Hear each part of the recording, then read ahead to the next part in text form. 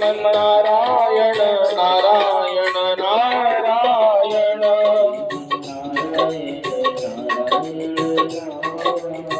ओ श्रीमन्नारायण नारायण नारायण।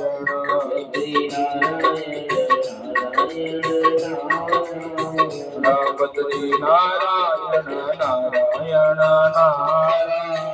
श्री सत्यनारायण भगवान की जय।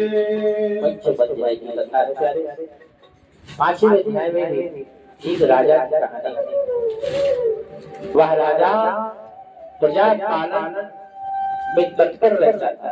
अपनी प्रजा को किसी भी प्रकार का कष्ट ना हो, इसलिए वह लघु उपाय करके किसी भी प्रकार की कोई समस्या ना हो, उनकी समस्या का निवारण करता था। परंतु राजा में एक ही कमी थी। वो क्या थी? शिकार करता था, है ना? शिकार करके जीवों की हत्या करता था, है ना? फिर उनका सेवन कर लेता था। प्यारे, हमारे हिंदू धर्म में किसी भी जीव हत्या करना वर्जित है ना? मनुष्य को किसी भी जीव जानवर की हत्या नहीं करनी चाहिए, है ना? नहीं तो हमारे पुण्य जो है छीन हो जाते हैं। हम कितने भी पुण्य करें, अगर किसी को तकलीफ दे करके करें तो वह पुण्य पूर्ण नहीं होता, अपूर्ण हो जाता है। और उसी वन में ग्वाल थे, गाय को चलाने वाले, चलाने वाले ग्वाल किसकी भक्ति कर रहे थे? भगवान श्री सत्यनारायण।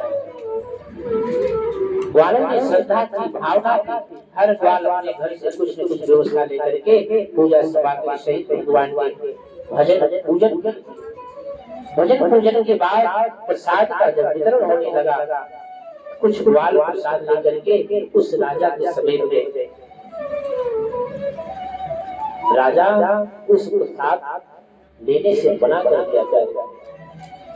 बहुत से लोग होते ना, प्रसाद दिया जाए तो मना करते हैं, नमस्कार कर लेते हैं, बोलते हैं हम पंचामृत नहीं खाते, बर्गर पिज्जा खा लेंगे, है ना? मगर प्रसाद उन्हें अपनी इच्छा के अनुसार चाहिए।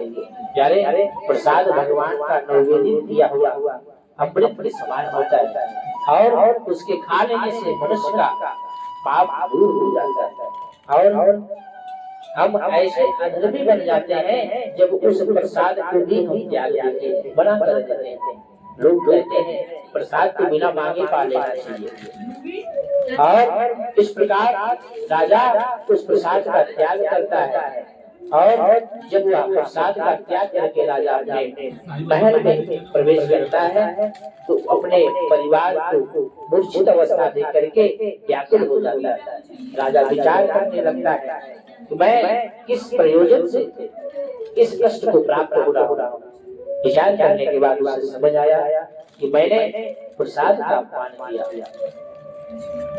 राजा को घमंड था, मेरे पास 100 पुत्र हैं, मैं राजा, है ना? हमें किसी प्रकार की कोई कमी नहीं है। परंतु प्यारे, जिसकी कृपा से है उसे तो हमें भूलना नहीं चाहिए। आज हम माँ बाप को भूल जाते हैं, जिन्हें हमें दुनिया का व्यवहार, विचार, है ना, जीने की कला सिखाई, उसी को हम भूल जाएंगे तो आत्मा हमें क्या देते? पुण्य, श्राप देते। इसलिए हमें माता पिता अपने पुत्रों का पूजन अवश्य करनी चाहिए।